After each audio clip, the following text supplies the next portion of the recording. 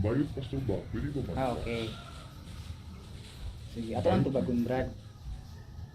Kung ang bayot ba, pwede ba kasulod sa langit? So, ano lang ko verse basahon Brad, sumala sa Bible. Sa John 3:16, for God so loved the world that He gave His only begotten Son, that whosoever believeth on Him should not perish, but have everlasting life.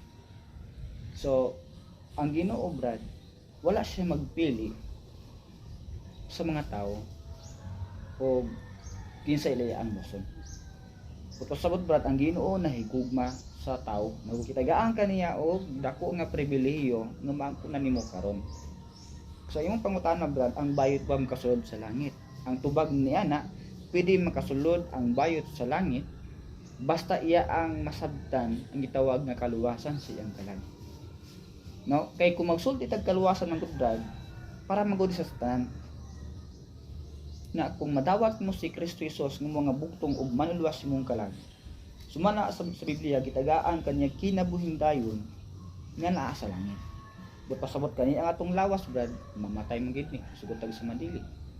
Unya ang ato ang kalag mo pauli kini sa impierno wa kadawat sa Ginoo. Imo ra man siguro nailhan ang Ginoo. Nagtuo po siguro ka Ginoo, pero kung wa gid mo nasabtan, wa gid mo nadawat no si Kristo Jesus ni mga buktong ug manuluwas imong kalag. Ingon ang Biblia, maimpierno ka.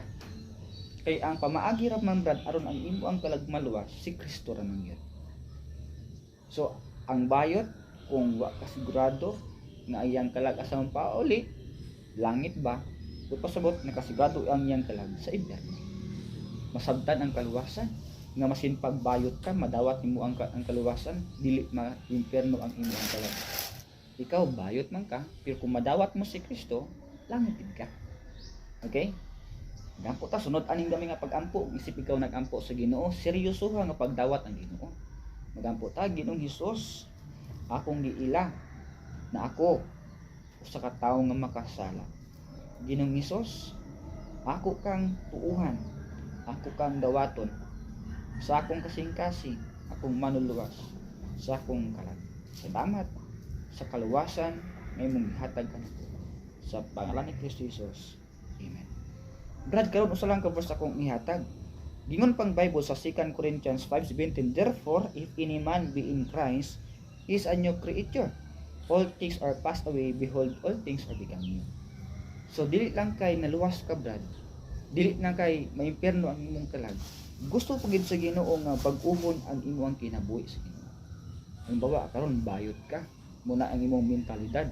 Pero kung masabtan nimo ang kaluwasan Brad, kay nasa at kung masabtan nimo na human kang maluwas, bag-uhon ka sa Ginoo.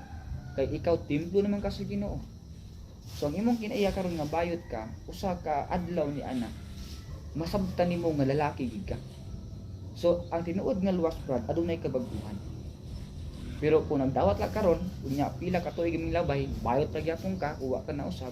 Kung pasabot wala ka nakasabot sa kitawag kaluwasan. So ayok barud na sabtan nimo ang kaluwasan nga pinagilang sa pagdawat, pagtuon nimo diyan ni Kristo. Salamat Brad.